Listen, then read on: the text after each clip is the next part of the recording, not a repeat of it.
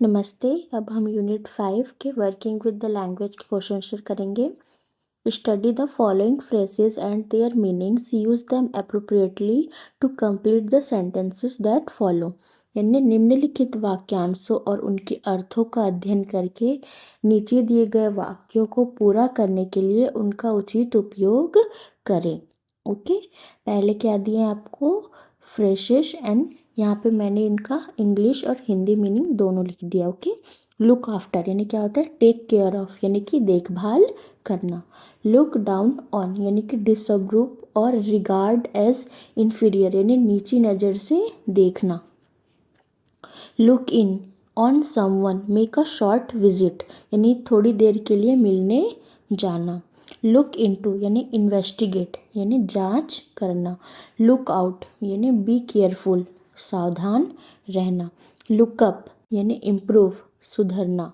Look up to यानी admire, आदर करना या प्रशंसा करना। ओके, अब हमें इसी के हिसाब से हमें क्या करना है? फिल इन द ब्लैंक्स भरना है। First, after a very long spell of heat the weather is looking up at last यानी कि बहुत लंबे समय तक गर्मी रहने के बाद आखिरकार मौसम सुधर रहा है। Okay, second, we have no right to look down on people who do small jobs यानी कि हमें छोटे काम करने वाले लोगों को नीची नज़र से देखने का कोई अधिकार नहीं है। ओके, नितिन हैज़ ऑलवेज ने हमेशा looked up to his uncle who is a self made man. Nitish ने हमेशा अपने चाचा का आदर किया है जो एक स्वावलंबी व्यक्ति हैं। Fourth, the police are looking into the matter thoroughly यानी कि पुलिस मामले की गहनता से जांच कर रही है। Okay, 5, if you want to go out I will look after the children for you. यदि आप बाहर जाना चाहते हैं तो मैं आपके लिए बच्चों की देखभाल करूँगा। ओके, आप इनकी मीनिंग्स याद रखिएगा ताकि, और हिंदी मीनिंग्स देख लीजिएगा ताकि आपको फिल इन द ब्लैंक्स भरने में आसानी होगी। अगर आपको हिंदी मीनिंग पता होगा तो आपको ये पता चल जाएगा कि फिल इन द ब्लैंक्स में करेक्ट क्या आएगा। ओके, मैंने आपको ऊपर टेबल में लिख भी दिया है। Next, I promise to look in on your brother when I visit Lucknow next यानी कि मैं वादा करता हूँ, आई प्रॉमिस, कि जब मैं अगली बार लखनऊ जाऊँगा तो आपके भाई से थोड़ी देर के लिए मिलने जाऊँगा। लुक इन यानी ऊपर मीनिंग आपको बताया गया था, थोड़ी देर के लिए विजिट करना। Look out when you are crossing the main road यानी कि जब आप मुख्य सड़क पार कर रहे हो तो सावधान रहें। Okay, second, read the following sets of words loudly and clearly. ये शब्दों के इन सेटों को जोर से और साफ साफ पढ़ें। इसे सिर्फ पढ़ना है बट यहाँ मैंने इसका मीनिंग भी लिख दिया है। कोट, कोट यानी क्या होता है? खाट। और COAT, कोट यानी क्या होती है? परत। कॉस्ट यानी कि लागत, COST कॉस्ट ने लागत। और COAST कोस्ट, कोस्ट यानी कि तट। टोस्ट यानी कि उछाला, टोस्ट करना जैसे कहते हैं। और एक होता है टोस्ट, ओके, उसे क्या कहते हैं? सेकना। गॉट यानी कि मिला। GOAT गोट, गोट यानी कि बकरी। ROT रोट, रोट यानी सडन। और ROTE रोट यानी कि रटना, किसी चीज़ को याद करने के लिए उसे बार बार रिपीट करना या रटना, वही होता है ROTE रोट यानी रटना। ब्लॉट, BLOT ब्लॉट यानी धब्बा। और ब्लॉट BLOAT ब्लॉट यानी सूजन। नॉट, नॉट यानी कि गांठ या बांधना। नोट, नोट यानी कि लिखना। Okay, third, each of the following words contains the sound S as in shine in the beginning or in the middle or at the end. First, speak out all the words clearly, then arrange the words in 3 groups in the table on page 80. यानी कि नीचे दिए गए हर शब्द में श, जैसे shine में श आ रहा है कि आवाज़ शुरुआत में, बीच में या आखिरी में है। पहले सभी शब्दों को साफ साफ बोलें, फिर पेज 80 पर दी गई टेबल में शब्दों की 3 ग्रुप में अरेंज करें। यहाँ पे आपको ये शब्द दे दिया गया है।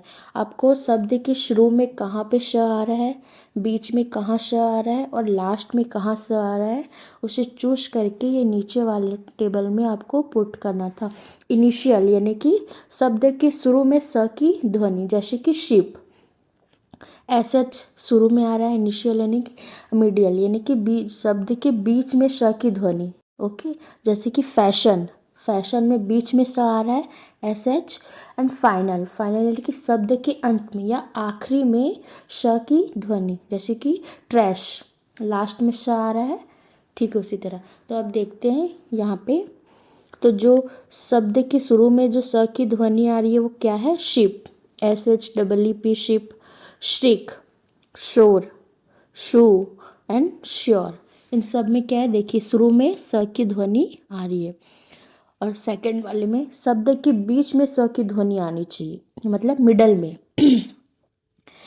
शियस, फैशन, पोर्शन, पुशिंग, नेशन, मस्टिश। और शब्द के अंत में स की ध्वनि, यानी कि trash, Mars, fish, ashes, polish. Okay. 4.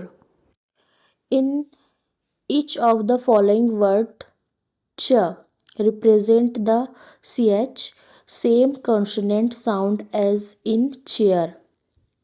Chair में देखिए सी एच यानी कि च का sound, the words on the left have this sound initially, those on the right have it finally. यानी कि स्पीक ईच वर्ड क्लियरली, मतलब नीचे दिए गए हर शब्द में च यानी कि सी एच उसी व्यंजन की ध्वनि को दिखाता है जो चेयर में है। चेयर में सी एच आ रहा है, च वाली ध्वनि चेयर। बाईं ओर के शब्दों में यह ध्वनि शुरू में आती है और दाईं ओर के शब्दों में यह ध्वनि आखिरी में आती है। हर शब्द को साफ साफ बोले, ऐसा कह रहा है। ओके, यहाँ मैंने टेबल अलग अलग बना दिया है, बुक में देख लीजिएगा। वर्ड क्या है, चूज। चूज में क्या है, इनिशियल, शुरू में च की ध्वनि आएगी, सी एच।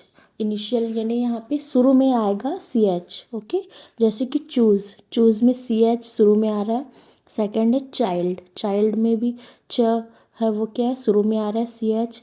चीज़, चेयर, चार्मिंग। हम सेकंड वाले देखते हैं, बर्ड। इसमें क्या है, इसमें फाइनल में क्या आएगा, अंतिम में यानी कि आखिरी में च की ध्वनि आएगी, यानी कि लास्ट में सी एच आएगा। ओके, फाइनल में। बेंच, बेंच में देखिए सी एच आखिरी में आ रहा है। मार्च, सी एच आखिरी में। पिच, सी एच आखिरी में।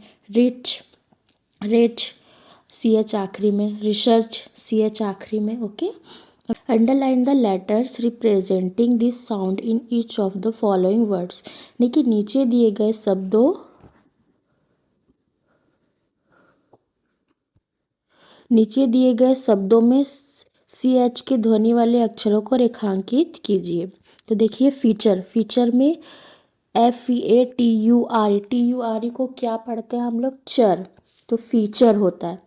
सेकंड है आर्चरी, तो सी एच बीच में आ रहा है, A R C H E R Y, archery. Picture है, यहाँ पे हम लोग टी यू आर को चर पढ़ते हैं, पिक्चर। ओके, रिचिंग बीच में आ रहा है। नेचर, यहाँ पे ने, टी यू आर ई को हम पढ़ते हैं चर, तो nature. Matches, C H, riches, C H बीच में आ रहा है। Batch, B A T C H, batch. Church, church में शुरू में भी आता है और लास्ट में भी, C H U R C H, church. Okay, इसमें आपको बस नीचे दिए गए शब्दों में सी एच की ध्वनि वाले अक्षरों को रेखांकित करना था।